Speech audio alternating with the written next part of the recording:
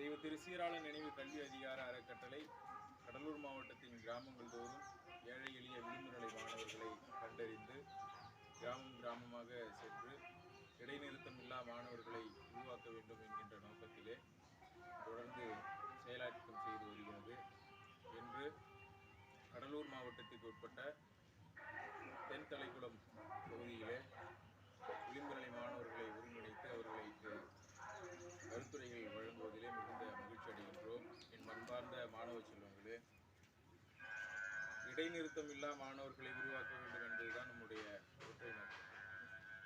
இடைநிறுத்தம்னா என்னன்னு தெரியுமா? நம்ம ஸ்கூல் போறீங்க இல்லையா, ஸ்கூல் போயிட்டு வீட்டுக்கு வந்தால் என்ன பண்ணக்கூடாது, வீட்லேயே இருந்துடக்கூடாது.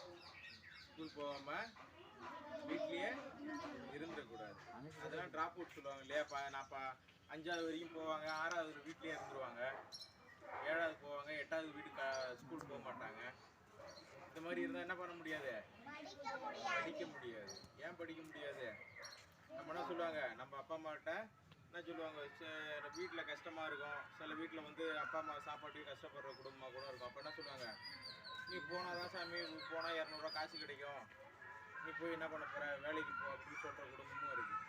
இப்போ எடுத்து படித்தாதான் நாளைக்கு நம்ம நல்லா படிச்சுட்டு நல்ல வேலைக்கு போகலாம், நிறைய சம்பாதிக்கலாம், நல்லா கௌரவமாக வாழலாம் அப்படின்றத தெரியாமல் என்ன சொல்லுவாங்க சில பேர், நான் படிக்க மாட்டேன், நான் வீட்டிலேயே இருந்துடுறேன் அப்படின்னு சொல்லும்போது என்ன சொல்லுவாங்க, அப்பா அம்மாவில் சில பேர் என்ன சொல்ல முடியாது, நீ படித்தாதான் ஆகணும் சாமி, படித்தாதான் ஆகணும் அப்படின்னு அவங்களுக்கு சொல்ல தெரியாது. ஏன்னா அவங்களுக்கு என்ன இல்லை, அவங்களுக்கு கல்வியின் மீது படித்தாதான் நம்ம பிள்ளை நாளைக்கு நல்லா இருக்கும்ன்ற தெளிவு அவங்களுக்கு இல்லாமல் இருக்கும். அதனால் நீங்கள் என்ன பண்ணுவாங்க, பள்ளிக்கூடம் போனால் என்ன போகலான்னு சில பேர் அப்பா அம்மா கண்டுக்காமலும் இருப்பாங்க. அப்போது அப்பா அம்மா பள்ளிக்கூடம் போக வேணாம்னு சொல்கிற அப்பா அம்மாவாக இருந்தாலும் கூட நம்ம என்ன பண்ணக்கூடாது, வீட்டில் இருக்கக்கூடாது. தினமும் என்ன பண்ணணும், பள்ளிக்கூடம் போகணும். பள்ளிக்கூடம் போனாதான் நல்லா படிக்க முடியும், நல்லா படித்தாதான் நல்ல வேலைக்கு போக முடியும், நல்ல வேலைக்கு போனாதான் தலை நிமிர்ந்து நம்ம நடக்க முடியும். அம்பேத்கர் தெரியுமா? அம்பேத்கர் யாரு? சட்டத்தை வகுத்தவர். இந்தியாவை எப்படி இயங்கணும், இந்த மக்கள் எப்படி இயங்கணும், அதிகாரிகள் எந்த மாதிரி இயங்கணும், அதிகாரம் சார்ந்த எல்லாமே எப்படி இயங்கணும்னா அதை வகுத்தவர் யாரு? சட்டமேதை புரட்சியாளர் அம்பேத்கர். அம்பேத்கர் யார் நமக்கு? யாரு? வேகமா சொல்லு. அம்பேத்கர் யாரு? தாத்தா. தாத்தா என்ன படிச்சிருக்காரு, எவ்வளவு படிச்சிருக்காரு? நிறைய படிச்சிருக்காருல்ல. அம்பேத்கர் எவ்வளவு படிச்சிருக்காரு? நிறைய படிச்சிருக்காரு. இப்போ அம்பேத்கர் நிறைய படிச்சதாலதான் இன்னைக்கு நம்ம என்ன சொல்றோம், உலக நாடுகள் எல்லாருமே அம்பேத்கரை தலையில தூக்கி வச்சுட்டு கொண்டாடுறாங்க. சரியா?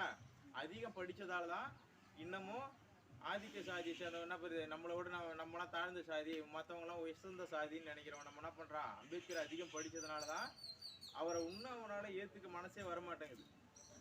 உண்மையே பொய்யா? ஆனா வேற ஏதாவது ஒரு கம்யூனிட்டியில அம்பேத்கர் படிச்சு பெரிய ஆளா இருந்தாருன்னா என்னது, தலையில தூக்கி வச்சுட்டு கொண்டாடுவானுங்க. ஆக அம்பேத்கர் படிச்சதுனாலதான் இன்னைக்கு என்ன பண்ண முடியுது, நம்மளாம் ஸ்கூல் போக முடியுது. இல்லைன்னா அது வாய்ப்பே கிடையாது, நம்மளாம் பள்ளிக்கூடமே போகவே முடியாது. சரியா? அப்போ இன்னைக்கு நம்ம பள்ளிக்கூடம் போய் படிக்கிறோம் இல்லையா, இந்த வாய்ப்பை நமக்கு எல்லாம் உருவாக்கி கொடுத்தவர் புரட்சியாளர் அம்பேத்கர். ஓகேவா? ஆனா அவர் படிக்கும்போது என்னது, பள்ளிக்கூடத்து உள்ளாரியே உட்கார வச்சு என்ன பண்ணல, அவரால் படிக்க விடல. பள்ளிக்கூடத்து உள்ளாரியே அவர் உட்காந்து என்ன பண்ண விடல, படிக்க விடல. ஒரு கோணி சாக்கை போட்டு நம்ம வாசல் இருக்கும் இல்லையா, நீ போய் கேட்பல்ல, மேடம் ஃபர்ஸ்ட் 2 இப்படி கேட்பல்ல, அந்த கேட்டுக்கிட்டே அவர் என்ன பண்றாங்க, ஒரு கோணி சாக்கை போட்டு அங்கேயே உட்காந்து படி அப்படின்னு சொல்றாங்க. அப்போ நம்மளா இருந்தா என்ன பண்ணுவோம், போடா நீயாச்சு, உன் பள்ளிக்கூடம் ஆச்சு போடா அப்படின்ட்டு நம்ம வந்துடுவோம். நான் அம்பேத்கர் என்ன பண்ணாரு, அந்த தனியா உட்கார வச்ச இடத்துலையும் உட்காந்து படிச்சு, உள்ள உட்காந்து படிக்கிறவன் எல்லாரையும் விட டாப்ல படிச்சாரு.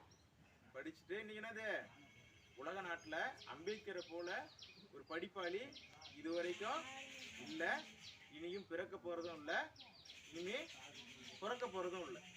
புரியுதா?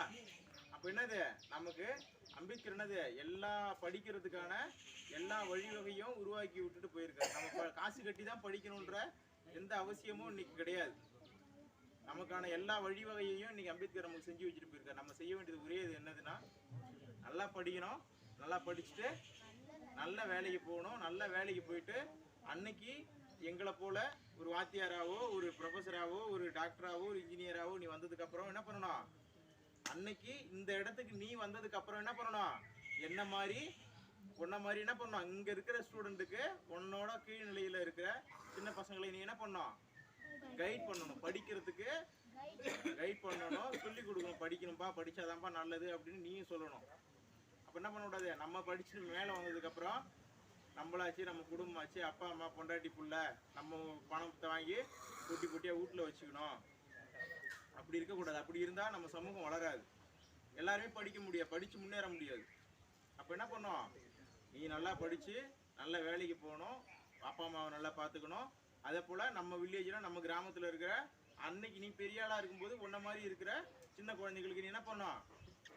அங்கேயும் ஓடி சுத்தாதீங்கப்பா, படிக்கணும், படிச்சாதான் முன்னேற முடியும் நாளைக்கு நீ சொல்லணும். சரியா? அப்படி சொன்னாதான் என்ன பண்ண முடியும்? இந்த சமூகம் அறிவார்ந்த